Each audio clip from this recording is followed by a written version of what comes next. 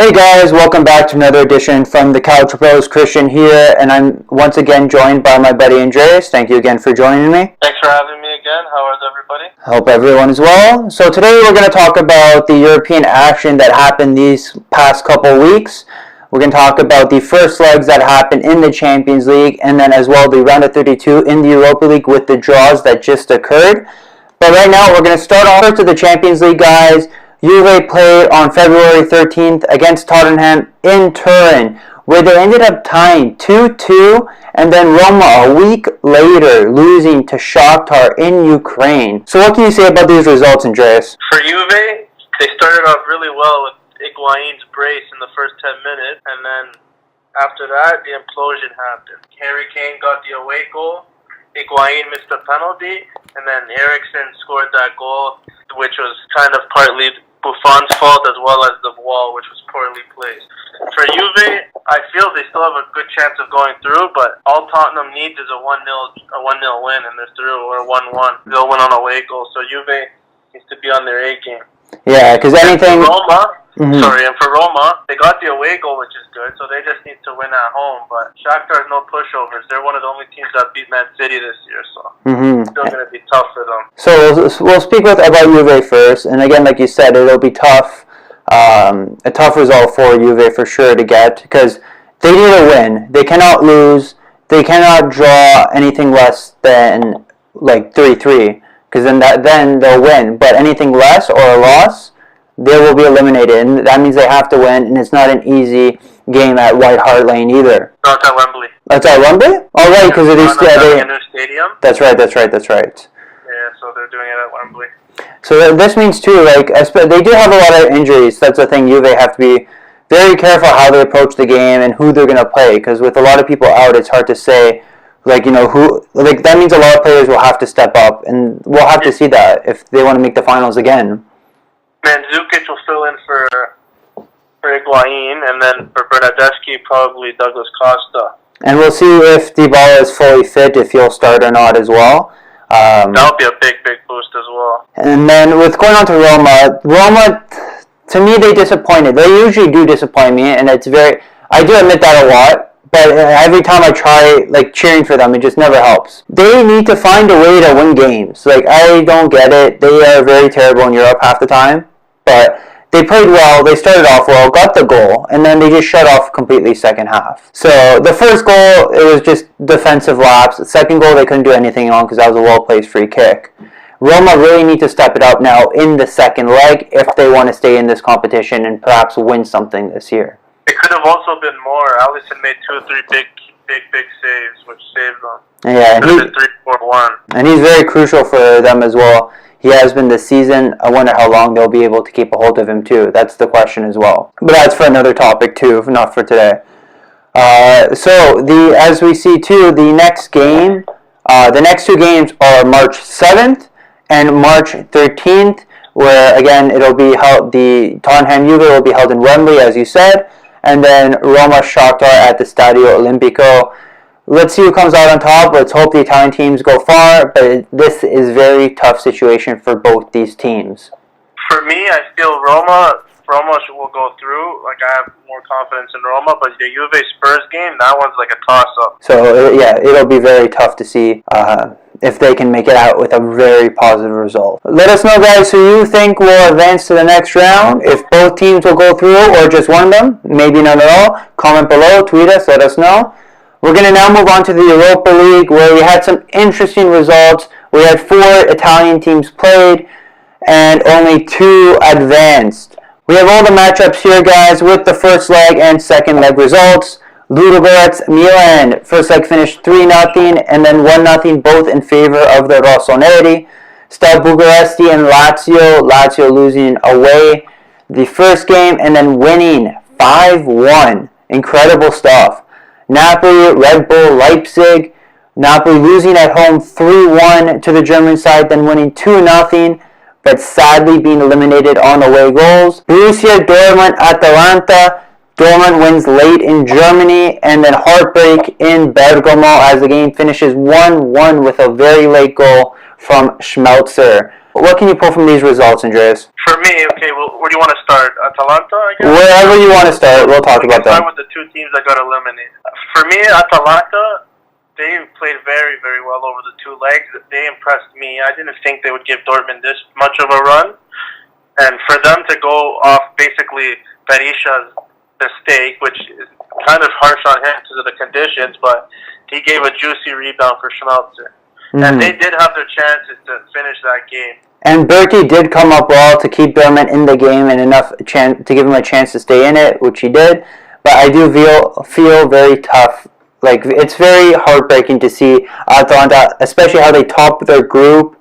They beat Lyon, they beat Everton, and they only just barely lost to Borussia Dortmund. So it's hard to see the fans and the team not be in Europe much, anymore. A bonus for them, though, is other players will see how well they've done and will maybe be able to attract better players. For sure. Atalanta are always a good side. Europe and then give it another go next year. What place are they in Serie A? They're just under Milan, so they would be in 8th spot right now. So they are close to the European spot, but again, they do have a challenge again with Inter, Samp, Milan, like all those other teams fighting for those few European spots left. And regarding Napoli, if they played the team they played in Germany and in Naples, they would be through.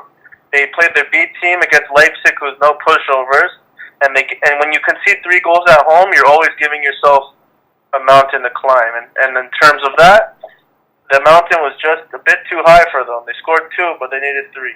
Mm-hmm. And again, even you can tell in that first leg, a lot of their focus was on the Scudetto. I believe they played their B team, to an extent, but they should have done much, much better. But I guess that's what happens when Sarri only keeps the same players playing, and not everyone gets a chance to play. And you can feel like there's that rustiness in it, if you know what I'm saying. Yeah, they had Marco Rog playing, they had Diawara playing. They don't play week in, week out. So then when you throw them in such a big game like Leipzig, what do you expect them to work? Miracles? And then you do, as you said, Napoli played much better the second leg. They really showed that they want to at least maybe go out with some pride. No one expected them to go through. I guess in a way they just want to play with holding their heads out high, which they did. But they did actually almost come close to securing it if they just did get that one extra goal. Yeah, we all know Napoli's a very, very good side. They've proved it all year. So, why would you sack off the Europa League when you have a good enough team anyways to contend for the Scudetto? And especially next round, most likely they would have gotten a weaker draw than Leipzig, so you could have maybe rested more players then. I guess they're playing a dangerous game here, putting all eggs in one basket.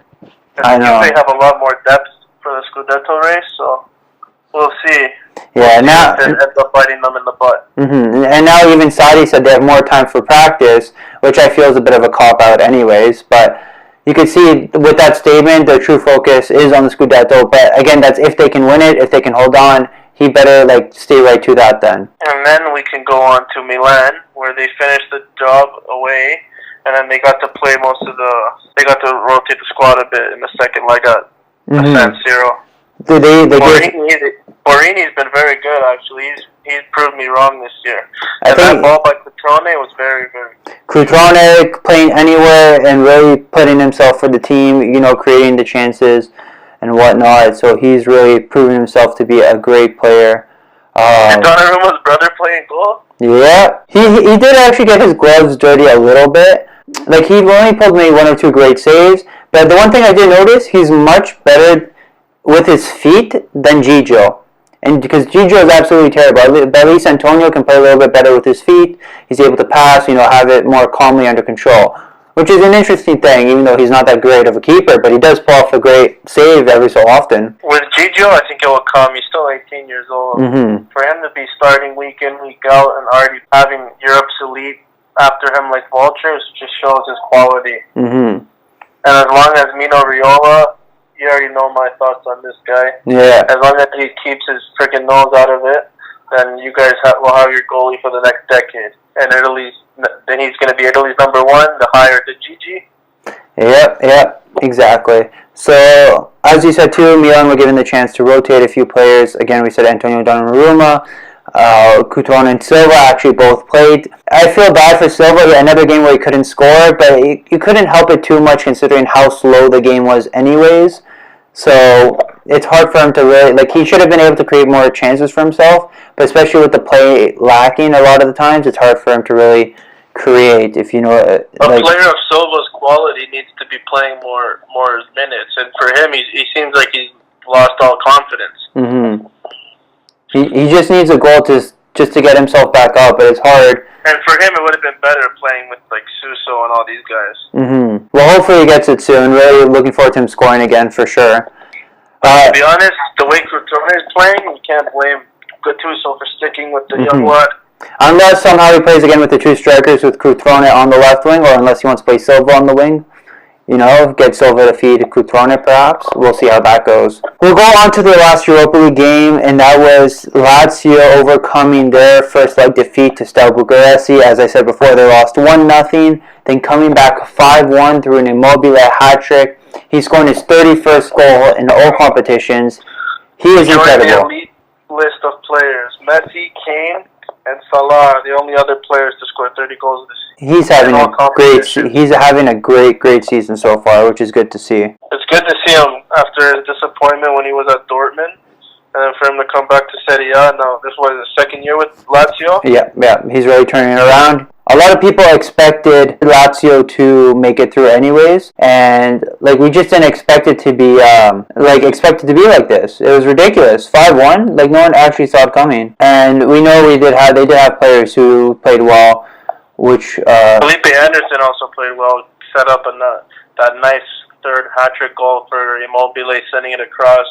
Mm-hmm. And then Immobile sent the two guys for a hot dog before putting it in the net. Yeah, that was a great goal by him. So with that, those two games, that means only Milan and Lazio advanced. The draw was earlier today, and the results came in. Milan, Arsenal, Lazio, Dinamo Kiev. Dinamo Kiev, not a pushover for Lazio, but I feel Lazio can get this one. But the more interesting, as I said, as I'm saying now, is Milan-Arsenal. That looks like the most interesting tie out of the round of 16. I sort of did have a feeling we're going to get someone, like it was going to be between Atletico or Arsenal in my opinion, and it just happened to be Arsenal. But I feel Milan, the way they're playing, can take Arsenal.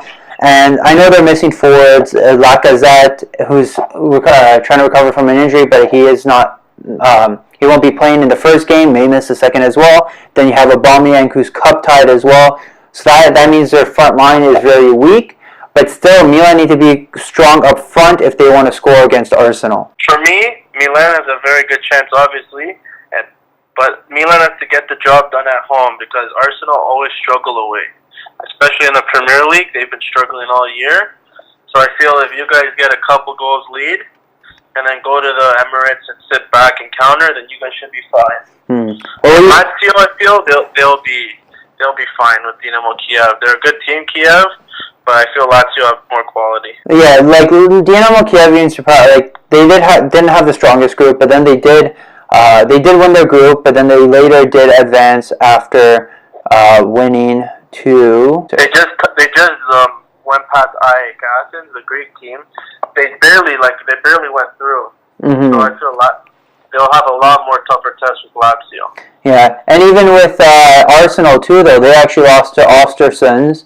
They won away the first leg 3-0, so they relaxed a little bit. But at halftime, Arsenal were down 2-0. We're on the brink of elimination, and considering Östersund haven't had a game since October when their season ended, which is incredible for a team whose population is actually smaller than their stadium. Here's a fun fact. Arsene Wenger's tenure at Arsenal is older than Östersund as a club. Wow, so that's pretty incredible stuff. And also a good thing for Milan, if they're watching, it shows Arsenal, they switch off sometimes.